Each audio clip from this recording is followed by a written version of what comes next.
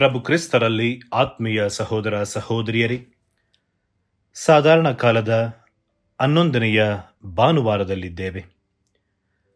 ಪ್ರಿಯರೇ, ದೇವರ ಸಾಮ್ರಾಜ್ಯ ಮತ್ತು ಅದರ ಬೆಳವಣಿಗೆಯ ಬಗ್ಗೆ, ಮೆಸ್ಸಾಯನ ಬಗ್ಗೆ ಇಂದು ನಾವು ಇಂದಿನ ಶುಭ ಸಂದೇಶದಲ್ಲಿ ಆಲಿಸುತ್ತೇವೆ.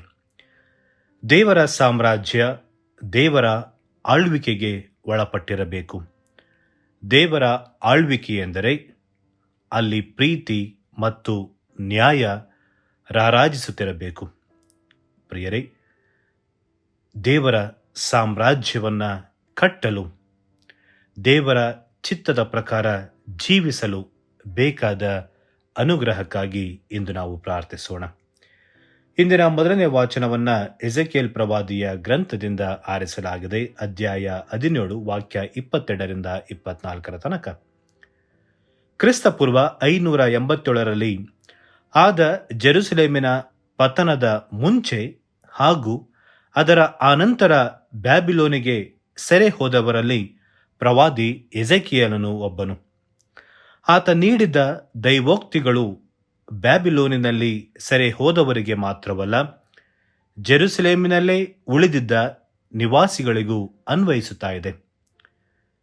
ಪ್ರಿಯರೇ, ದೇವಾಲಯವನ್ನ, ಸ್ವಂತ ನಾಡನ್ನ, ಮನೆ ಮಠವನ್ನ ಕಳೆದುಕೊಂಡಿದ್ದ ಇಸ್ರಾಯೇಲರಿಗೆ ಎಜೆಕಿಯೇಲನು ಭರವಸೆ, ಉಪಶಮನ ನೀಡುವುದರ ಜೊತೆಗೆ ಭವ್ಯ ಭವಿಷ್ಯದ ವಾಗ್ದಾನವನ್ನ ಇಂದಿನ ವಾಚನದಲ್ಲಿ ನಾವು ಕಾಣುತ್ತೇವೆ. ಸರ್ವೇಶ್ವರ ಸ್ವಾಮಿ ಪುನಃ ನಿಮ್ಮನ್ನು ತಾಯ್ನಾಡಿಗೆ ಕರೆದೊಯ್ಯುತ್ತಾರೆ ಹಾಗೂ ದಾವಿದನ ಕುಲದಿಂದ ರಕ್ಷಕ ಉದಯಿಸುತ್ತಾನೆ ಎಂಬ ಭರವಸೆಯನ್ನ ಎಜೆಕಿಯೇಲ್ ಪ್ರವಾದಿ ಇಂದಿನ ವಾಚನದಲ್ಲಿ ನೀಡುತ್ತಾನೆ.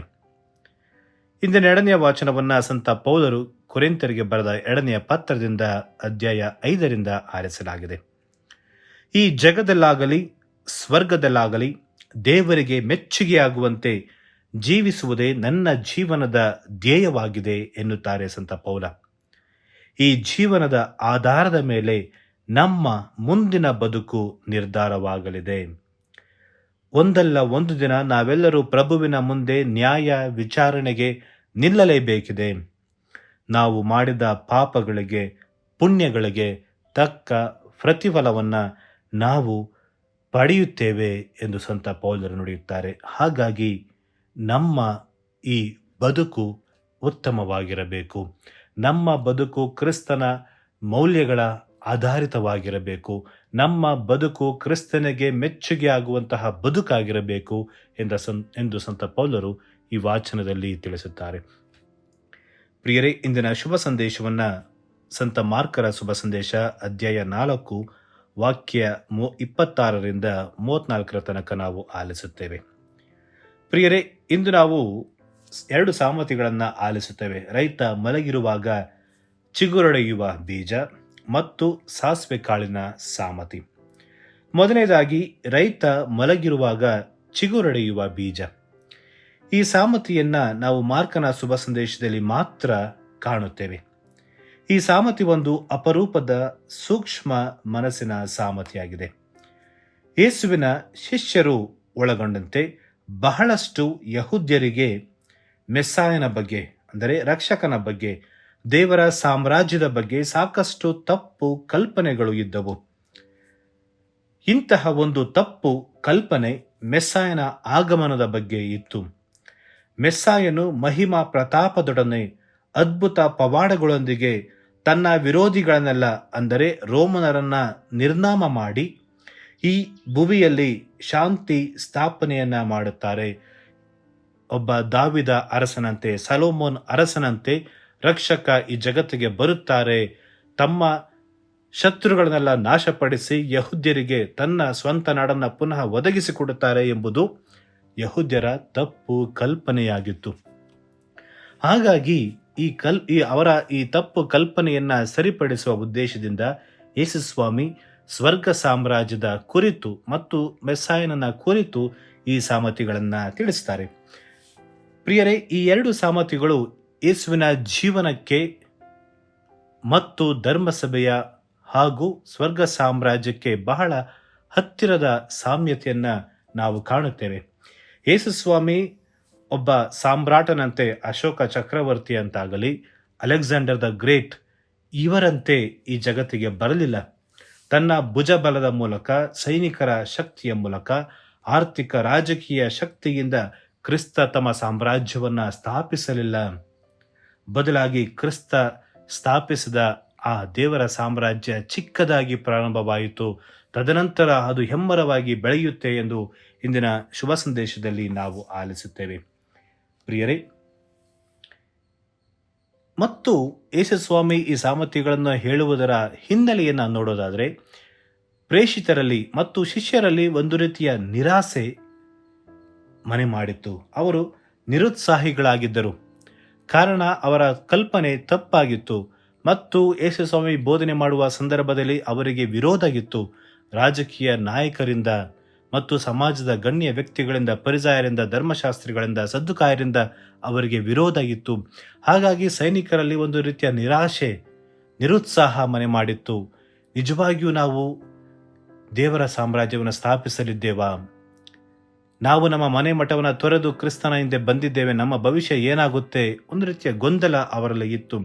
ಹಾಗಾಗಿ ಈ ಎಲ್ಲ ವಿಷಯಗಳನ್ನು ಗಮನಿಸಿದ ಕ್ರಿಸ್ತ ಅವರಿಗೆ ನಿಜವಾದ ದೇವರ ಸಾಮ್ರಾಜ್ಯ ಏನು ಎಂಬುದನ್ನು ಈ ಸಾಮರ್ಥ್ಯ ಮೂಲಕ ಅವರಿಗೆ ತಿಳಿಸುತ್ತಾರೆ. ಪ್ರಿಯರೇ, ಯೇಸು ಸ್ವರ್ಗ ಸಾಮ್ರಾಜ್ಯದ ಬಗ್ಗೆ ವಾಸ್ತವ್ಯ ಸತ್ಯಗಳನ್ನು ಅವರಿಗೆ ಕಲಿಸುತ್ತಾರೆ. ಸ್ವರ್ಗ ಸಾಮ್ರಾಜ್ಯದ ಆಗಮನ ನಿಧಾನಗತಿಯಲ್ಲಿ ದೀನತೆಯಿಂದ ಕೂಡಿರುತ್ತೆ ಎಂದು ತಿಳಿಸುತ್ತಾರೆ. ಯೇಸು ಬಹಳಷ್ಟು ಸೂಕ್ಷ್ಮ ವಿಷಯಗಳನ್ನು ಹೇಳಲು ಪ್ರಕೃತಿಯ ಉದಾಹರಣೆಗಳನ್ನು ಬಳಸುವುದನ್ನು ನಾವು ಶುಭ ಸಂದೇಶದಲ್ಲಿ ನೋಡುತ್ತೇವೆ. ಪ್ರಕೃತಿಯ ಬೆಳವಣಿಗೆಯೇ ಒಂದು ವಿಚಿತ್ರ, ಒಂದು ಸೋಜಿಗ, ಒಂದು ವಿಸ್ಮಯ. ಅದು ಪ್ರತಿದಿನ ಒಂದು ಗಿಡವನ್ನು ನಾವು ನೋಡುತ್ತಾ ಇದ್ದರೆ ಅದರ ಬೆಳವಣಿಗೆಯೇ ನಮಗೆ ಗೋಚರಿಸುವುದಿಲ್ಲ. ದೇವರ ಸಾಮ್ರಾಜ್ಯವು ಹಾಗೆ, ಅದು ಬೆಳೆಯುತ್ತಿದೆ ಆದರೆ ಗೋಚರಿಸುತ್ತಿಲ್ಲ. ಪ್ರಕೃತಿಯ ಬೆಳವಣಿಗೆಯಂತೆ ಅದೊಂದು ನಿರಂತರ ಪ್ರಕ್ರಿಯೆ. ಈ ಬೆಳವಣಿಗೆ ಯಾವುದೋ ಹಗಲು ಬೀಜ ನೆಟ್ಟ ಮನುಷ್ಯ ರಾತ್ರಿ ಮಲಗಿದ್ದರೂ ತನ್ನಷ್ಟಕ್ಕೆ ತಾನೇ ಅದು ಬೆಳೆಯುತ್ತಾ ಹೋಗುತ್ತದೆ. ಅದೇ ರೀತಿ ದೇವರ ಸಾಮ್ರಾಜ್ಯದ ಬೆಳವಣಿಗೆಯನ್ನ ಕ್ರಿಸ್ತ ಪ್ರಕೃತಿಗೆ ಹೋಲಿಸುವುದನ್ನು ನಾವು ನೋಡುತ್ತೇವೆ. ಈ ಬೆಳವಣಿಗೆ ಮೌನವಾಗಿ ಸಾಗುತ್ತದೆ ಅಂದ ಮಾತ್ರಕ್ಕೆ ಅದು ಬಲಹೀನ ಬೆಳವಣಿಗೆ ಎಂದಲ್ಲ. ಒಂದು ಮರದ ಬೇರು ಕಾಂಕ್ರೀಟ್ ಕಂಬವನ್ನ ಸೀಳಿ ಹೊರಬರಬಲ್ಲದು. ಅದೇ ರೀತಿ ಒಂದು ಗರಿಕೆ ಹುಲ್ಲು ತಾರ್ ರಸ್ತೆಯನ್ನು, ಡಾಂಬರು ಹಾಕಿದ ರಸ್ತೆಯನ್ನ ಮೀರಿ ಅದರ ಮೇಲೆ ಅದು ಬೆಳೆಯಬಹುದು. ಇವುಗಳ ಬೆಳವಣಿಗೆಯನ್ನು ಯಾರಿಂದಲೂ ತಡೆಯಲು ಸಾಧ್ಯ ಇಲ್ಲ. ಅದೇ ರೀತಿ ಸ್ವರ್ಗ ಸಾಮ್ರಾಜ್ಯದ ಬೆಳವಣಿಗೆಗೆ ಯೇಸು ಈ ಸಾಮರ್ಥ್ಯನ ಉಪಯೋಗಿಸುತ್ತಾರೆ.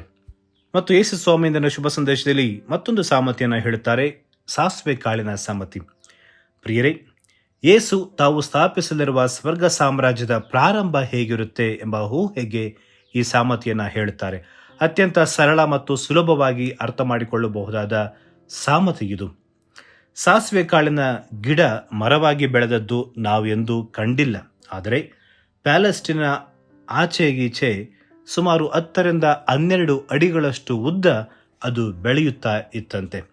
ಹಾಗಾಗಿ ಈ ಚಿಕ್ಕ ಹಕ್ಕಿಗಳು, ಗುಬ್ಬಚ್ಚಿಗಳು ಈ ಸಾಸಿವೆ ಬೀಜವನ್ನು ತಿನ್ನಲು ಬರ್ತಾ ಇತ್ತು. ಅವು ಈ ಮರದ ರೆಂಬೆಗಳ ಮೇಲೆ ಬಂದು ಗೂಡುಗಳನ್ನು ಕಟ್ಟುತ್ತಾ ಇತ್ತಂತೆ. ಹಾಗಾಗಿ ಕ್ರಿಸ್ತ ಈ ಸಾಮರ್ಥ್ಯನ್ನ ಹೇಳುತ್ತಾರೆ.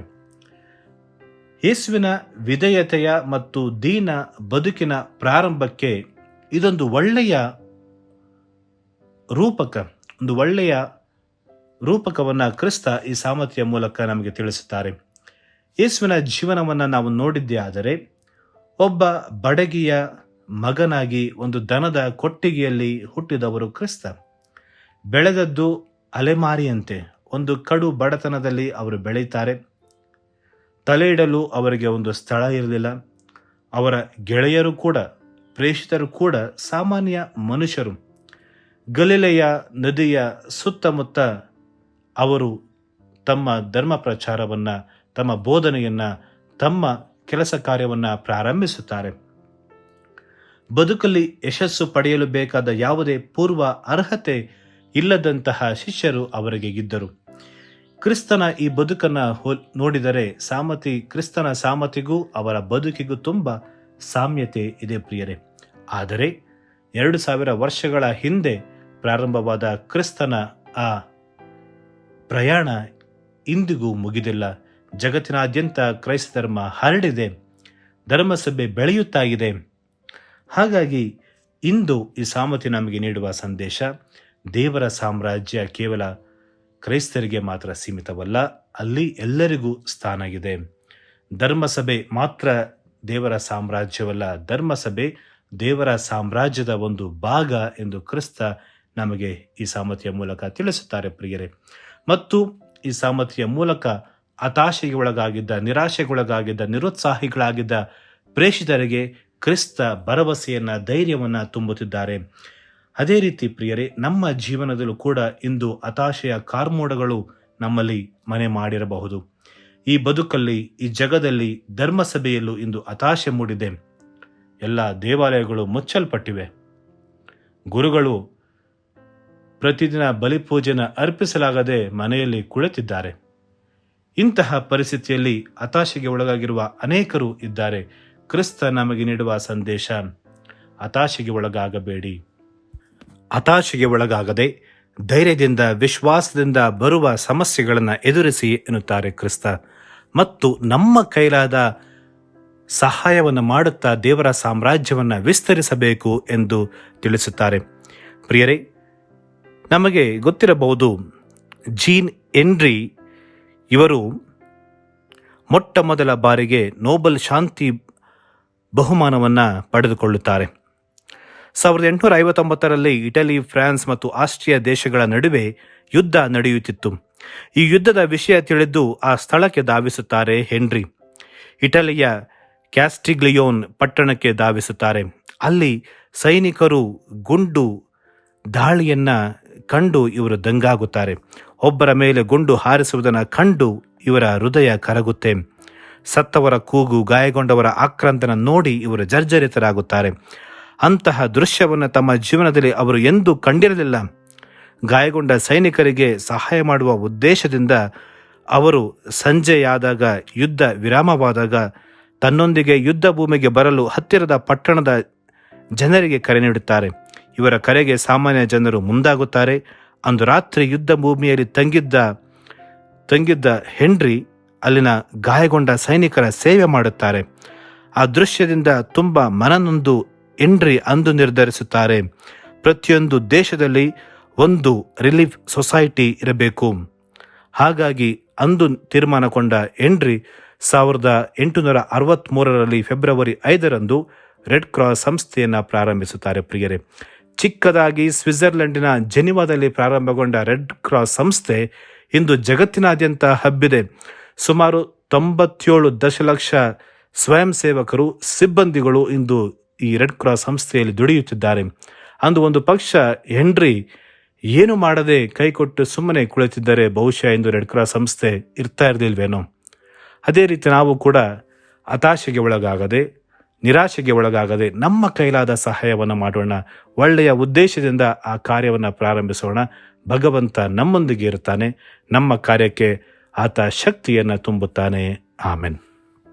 ಪ್ರಿಯರೇ, ಈ ಚಾನೆಲ್ ಅನ್ನು ಸಬ್ಸ್ಕ್ರೈಬ್ ಮಾಡಿ ಪ್ರತಿದಿನ ದೇವರ ವಾಕ್ಯವನ್ನು ಆಲಿಸುತ್ತಾ ಅದನ್ನು ಇತರರೊಂದಿಗೆ ಹಂಚಿಕೊಳ್ಳಲು ನಮಗೆ ನೆರವಾಗಿರಿ. ಧನ್ಯವಾದಗಳು.